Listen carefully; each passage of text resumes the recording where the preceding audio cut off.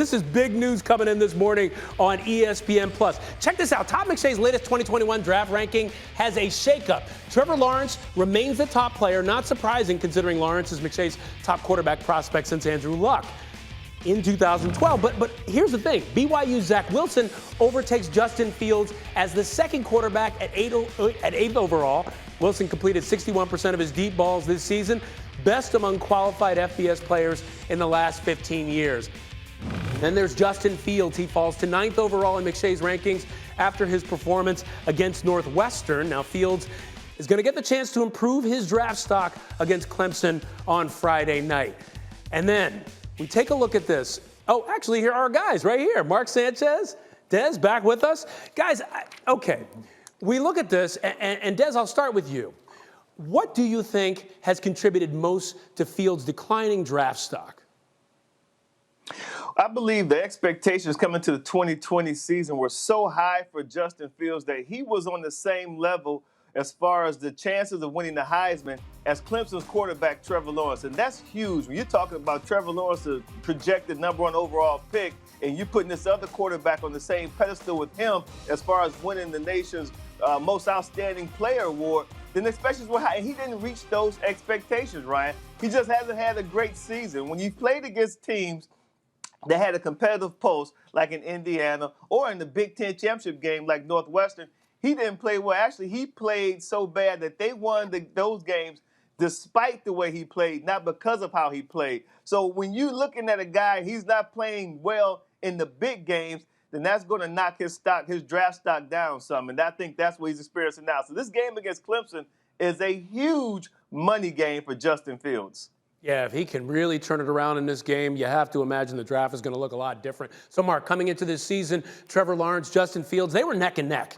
What do you make of the notion that Zach Wilson could actually be drafted ahead of Fields at this point?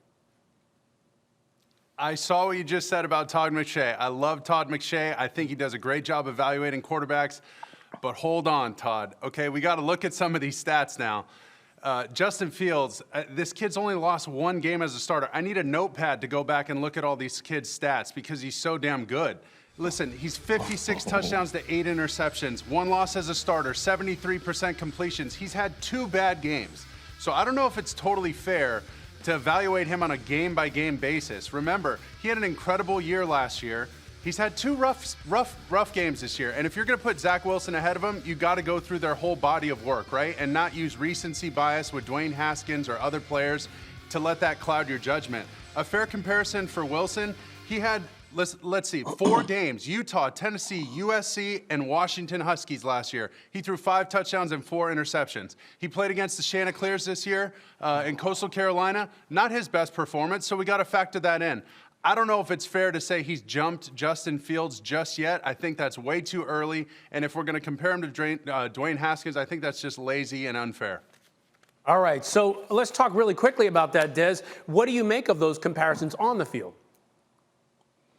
Well, first of all, I don't think that these GMs or anybody like that are comparing him to Dwayne Haskins. But when you're talking about drafting a guy #1, then, you have to factor in everything possible. And if he comes from a program where they don't have a history of developing players at his position where they will be successful at the next level, then you will be a complete idiot not to look at that factor also. I'm not saying that's going to weigh as heavy as other factors and statistics, but you must look at that if you're going to draft him in the first round. Now, if he's going to be a 3rd round pick or 4th round pick, that's a different ball game. But you have to look at the development players. The one thing that I love about Nick Saban and what they do there in Alabama is not that they get these 4 or 5 recruits.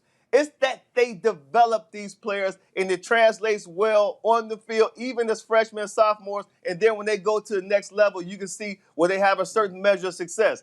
If you're a GM, you have to look at this guy and what their pedigree is as far as developing their players where it would translate to success at the level in which you're going to draft them.